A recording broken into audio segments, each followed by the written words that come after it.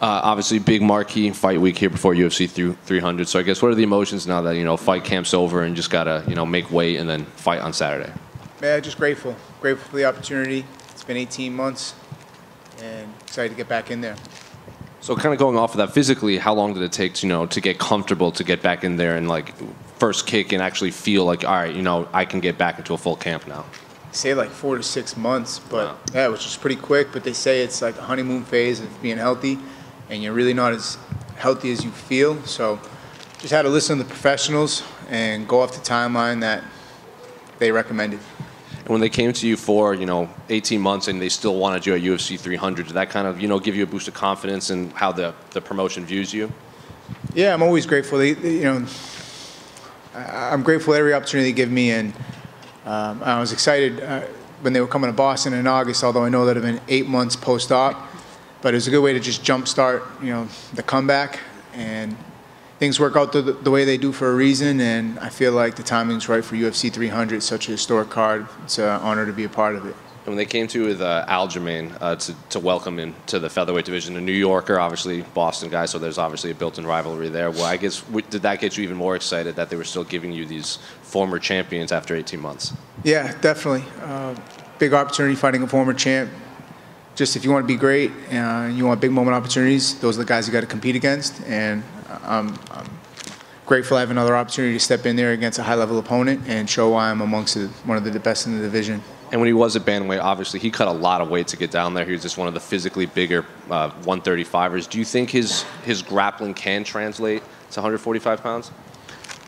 I mean, I'm planning on fighting the best Aljamain Sterling that steps foot in the octagon.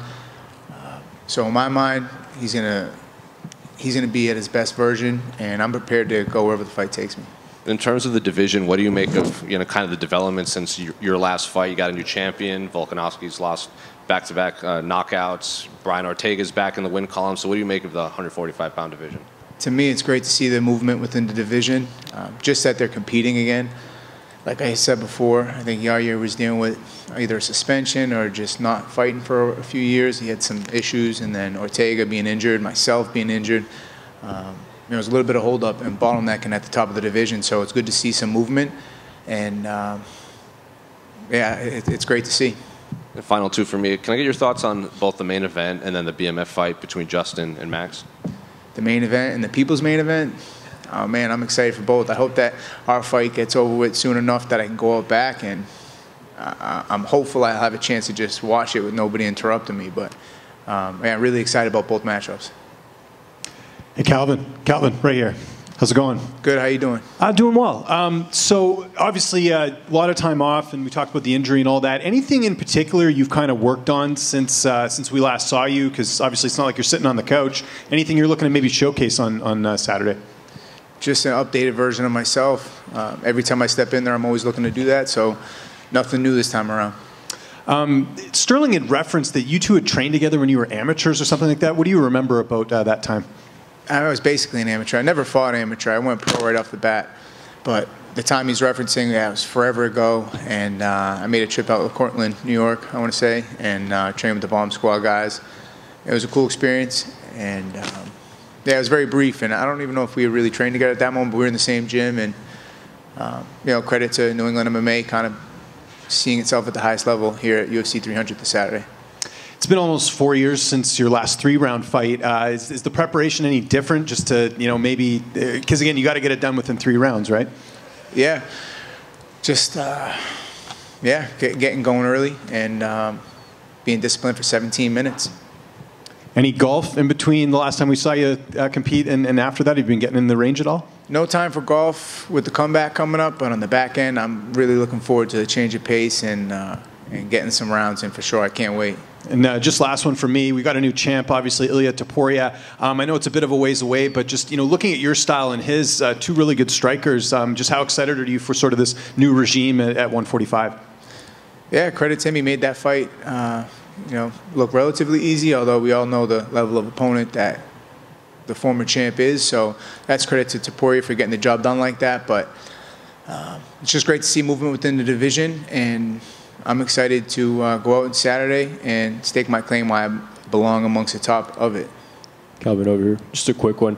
You're not only one of the world's best at 145, but you're also a CEO and president of a fight promotion, Combat Zone. So for you, how is that balance like, and what's your favorite part about it?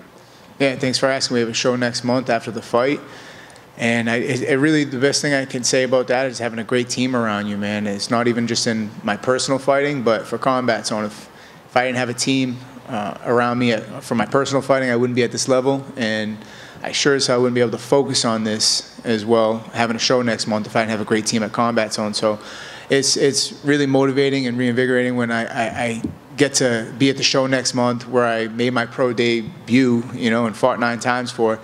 It just puts things into perspective, and if it wasn't for Combat Zone, I wouldn't be in the UFC. It was the only promotion in New Hampshire, longest running in New England. So a lot of the New England greats came out of that company, and I feel a lot of pride in carrying the torch and just providing a stage for the local guys to get the opportunity that I have in front of me now and just show it's possible for the New England guys to get to the next level.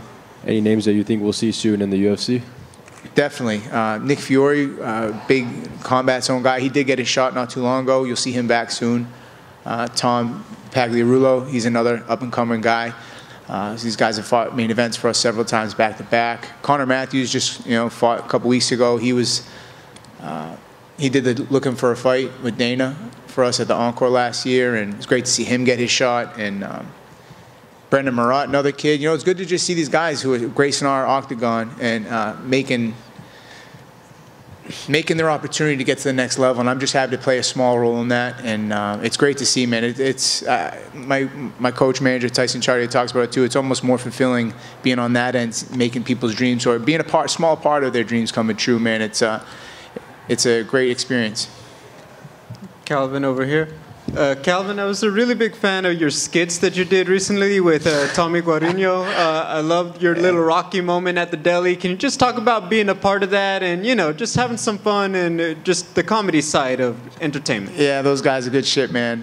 Shout out to Tommy and Prosciutto Papi. I love me some prosciutto, too, after this fight. But those guys, man, they're doing their thing. It was great to be out there, be a part of that. We were promoting a Valentine's Day promo for the upcoming Combat show, the past one.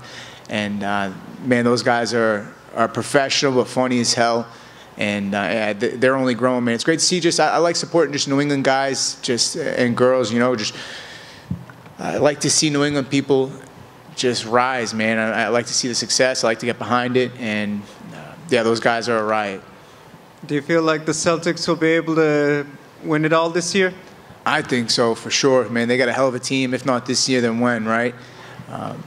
Yeah, I'm really excited for the season they have. Hopefully I can catch a game, man. It's just when you get these fights coming up, it's tough to tap into anything else. But on the back end, man, I'm a big fan of New England sports. And even just watching where the UFC is at, you know, people you know, like to think it's a Las Vegas-based company. Or the headquarters are out here, but its roots are in New England. So great to see just the growth of everything coming from our area, and proud to be a part of it. Thank you. Calvin, one here in the back. To your left. Yes, sir. We have a lot of tape on Aljamain. You've been able to see a lot of it. Are you expecting the same Aljamain at 145 pounds or a different one? I'm expecting the best version of Aljamain that presents itself on Saturday. You know, I don't see him changing things up because I don't think he really has to. It's worked for him well, you know, to get to the point he's at in his career. But I'm sure they'll have things in mind on how to take me out. But I got things in mind for him as well. We'll see who gets theirs off on Saturday night. Thank you. Calvin, this is your first 3-round fight since UFC 249. So I guess how was training camp? Like, was it not as, you know, not work on your cardio as much, or were you still a beast in there? No, I dog it every single camp, man. I push myself harder than anybody can push me, and almost to my detriment, man. You know, being this experience at this point in my life, you know, I try to listen to my body and pull back when I can, but that's always the issue. It's never putting in the work. And I always say, if I ever fall short, it's not because I didn't work hard enough. What's up with the Patriots? What is it? What's up with the Patriots? Next question.